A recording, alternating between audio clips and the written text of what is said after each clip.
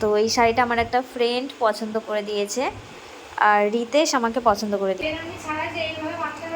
হ্যাঁ, না বাদার কি আছে? সময় রান্না করছে মানুষ, সর এখান থেকে। শুধু স্টার্ট করি। চাটা দেখা, সকাল সকাল চা নিয়ে আসলাম। হ্যাঁ, এখন বাজে 12টা। 12টা হচ্ছে সকাল সকাল। Hello guys, welcome back to my channel Ariyan dot Rumpa. তো সবাই কেমন আছো? আশা করি সবাই ভালো আছে, সুস্থ আছে। তো সবাই আমাকে জিজ্ঞেস করছো কমেন্টে, কি দিদি কি হলো তোমার, যে তুমি হঠাৎ করে ব্যাঙ্গালোর থেকে চলে আসলে, থাকলে না। তো এটা নিয়ে পরে কথা বলবো, কেন চলে আসলাম। একটু প্রবলেম হয়ে গেছিলো, পার্সোনাল প্রবলেম হয়ে গেছিলো, যার জন্য বাড়িতে চলে আসতে হয়েছে। তো পিঙ্কিকে ডেকে নিয়েছি, আর এই যে চা করেছি, কারণ একটাও শ্যুট নেই আজকে, শুধু গল্প, শ্যুট করবো, শুধু গল্প আর গল্প। তো চলো, আমার গলা ব্যথা হয়েছে বিশাল। অন্যরকম নিয়ে দেবো, সাজ দেবো আজকে।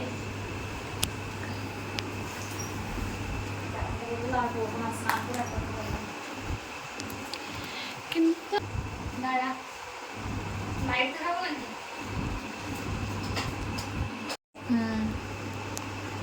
এইখান থেকে, এইখান থেকে।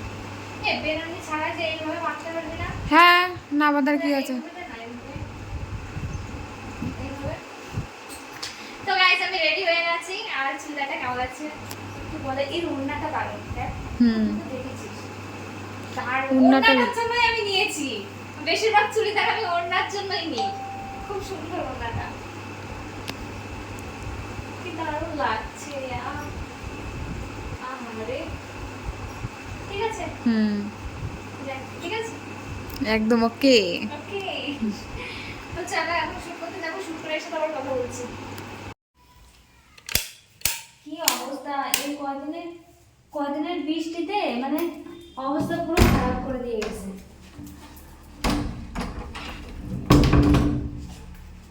তো গাইস, ড্রেস চেঞ্জ করে নিয়েছি, চেঞ্জ করে আবার যাচ্ছি শুট করতে। এবার একটু ওয়েদারটা আছে, সত্যি খুব ভালো। রোদটা বের না হলে হচ্ছে না। আমাদের উঠানটা দেখো কি পিছিয়ে গেছে, কি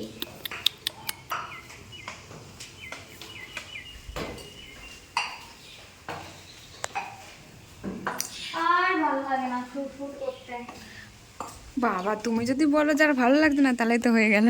ভালো লাগে না শুট করতে, কিন্তু কিছু করার নেই, করতেই হবে। তো চলো ঝটপট শুট কমপ্লিট করি, তারপর আমি একটু ভাবছি বগুড়াতে যাব একটা শাড়ি কিনতে। তো চলো টাটা। বলবো? বলো। তো গাইস, এখন যাচ্ছি বগুড়াতে। দেখি একটা শাড়ি নেব, শাড়ি নেওয়ার চিন্তা ভাবনা আছে। মজাটা টেনে দাও। হ্যাঁ, আমি টেনে দেবো। ঠিক আছে, পারবো। গাড়ি নামাতে হবে, গাড়িতে এখন বৃষ্টি হচ্ছে না, বৃষ্টি কমে গেছে।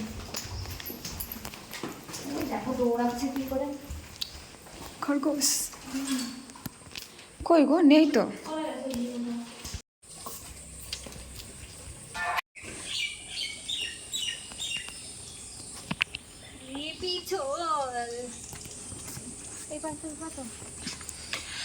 তুমি যদি বলো তাহলে আমি রাস্তায় যাচ্ছি, আর যদি বলো যে না, ঠিক আছে, তাহলে আমি এই পাশে যাচ্ছি, তুমি যাও, আমি যাচ্ছি। এই আগেতেই বলে পড়ে যাবে। আমি ভাবছি তো এরকম ছোট একটা কিনবো, তাহলে পরে এই বৃষ্টি কাদার মধ্যে ওই কয়দিন রয়েছে না, হয়ে গেছে স্কুটি।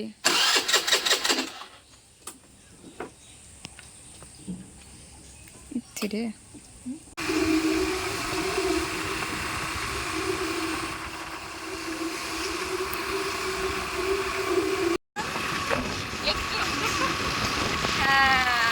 ঠিক ঠিক, আমি বুঝেছি কেন বলা যাবে না।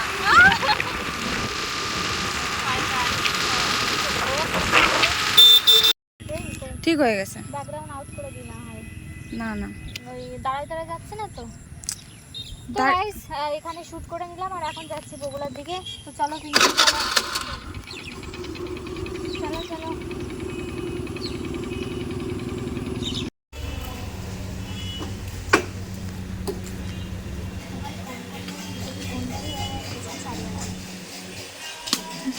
কি রোদ।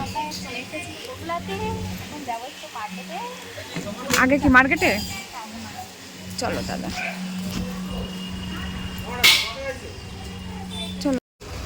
হাই পিঙ্কি। আবার খাবো, দিদি আবার ভিডিও। পাবলিক দেখুক পিঙ্কি কত খায় না। হ্যাঁ আমি অনেক খাই, অথচ আমার গায়ে লাগে না। অথচ গায়ে লাগে না, দেখো ফড়িং। হ্যাঁ আমি এত খাই তাও গায়ে লাগে না।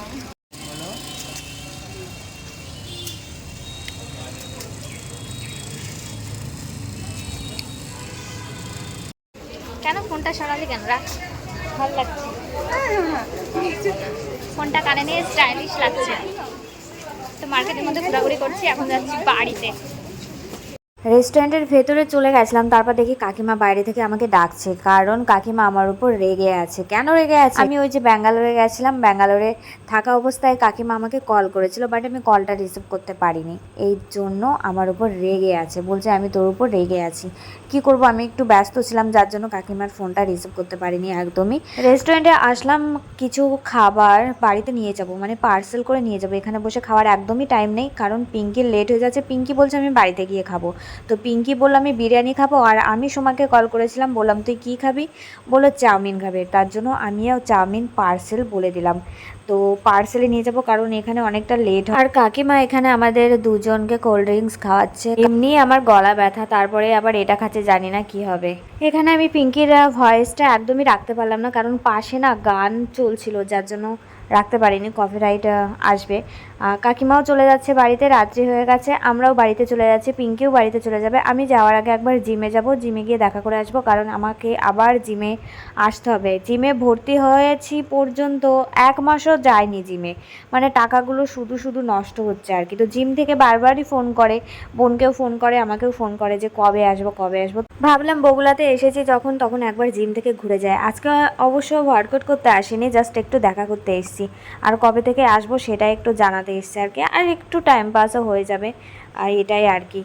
অনেক দিন পরে আসলাম, মানে ভেতরে যেতেই কেমন একটা লাগছে, যে কি বলবে যে এতদিন পরে আসলাম, তাও আবার ওয়ার্কআউট করতে আসিনি, জাস্ট দেখতে এসেছি আর একটু দেখা করার জন্য এসেছি। তো ভেতরে এসে দেখি অনেক পাবলিক, একটাও মেয়েরা নেই, মেয়েরা নাকি চলে গেছে। আর এখানে দাদার সাথে একটু কথা বলে নিচ্ছি, দাদাকে বললাম সৌরভ কোথায়, তো দাদা বললো যে সৌরভ ভেতরে আছে। যাও, সৌরভকে অবশ্য ফোন করেই নিয়েছিলাম, ফোন করেই আসলাম এখানে, সৌরভ আছে বলে আরও আসলাম, কারণ ও কলকাতা চলে গেলে আর আসা হয় না, সেটাই আর কি। তো ভাবলাম আছে যখন, চলো একটু দেখা করে যাই, একটু কথা বলে যাই।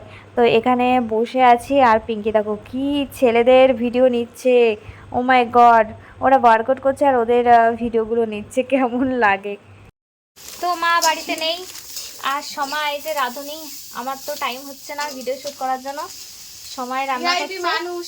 সর এখান থেকে, শুধু উল্টোপাল্টা কথা বলে।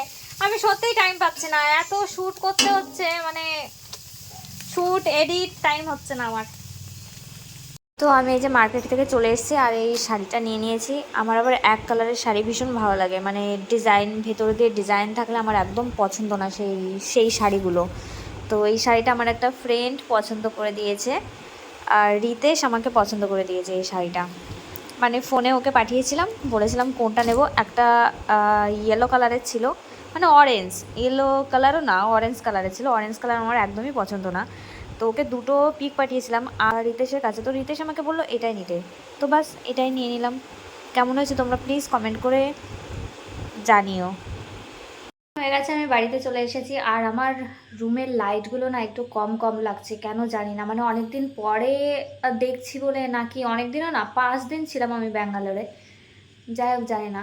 ও তোমাদেরকে বলে দিই, আমি ব্যাঙ্গালোর থেকে হঠাৎ করে কেন চলে আসলাম, কারণ আমার কিছু প্রবলেম, মানে আমি একটু অসুস্থ হয়ে পড়েছিলাম, যার জন্য জলদি জলদি বাড়িতে চলে এসেছি। মানে শরীরটা ভীষণ খারাপ হয়ে গেছিলো, বিশেষ করে রাতের দিকে আমার প্রবলেমটা হচ্ছে, মানে ঘুমের মধ্যে স্বপ্ন দেখছি আরিয়ানকে, মানে যাই হোক পার্সোনাল কথা বলে লাভ নেই। তো এটাই হচ্ছে কারণ, আমার শরীরটা ভীষণ খারাপ হয়ে গেছিলো। আজকের ব্লগটা এই পর্যন্ত, কেমন লাগলো তোমরা প্লিজ কমেন্ট করে জানিও, ভালো লাগলে লাইক কমেন্ট শেয়ার করে দিও। নেক্সট ব্লগ নিয়ে আবার আসবো খুব তাড়াতাড়ি তোমাদের সাথে কথা বলতে, ততক্ষণে চলো বাই, টাটা, গুড নাইট।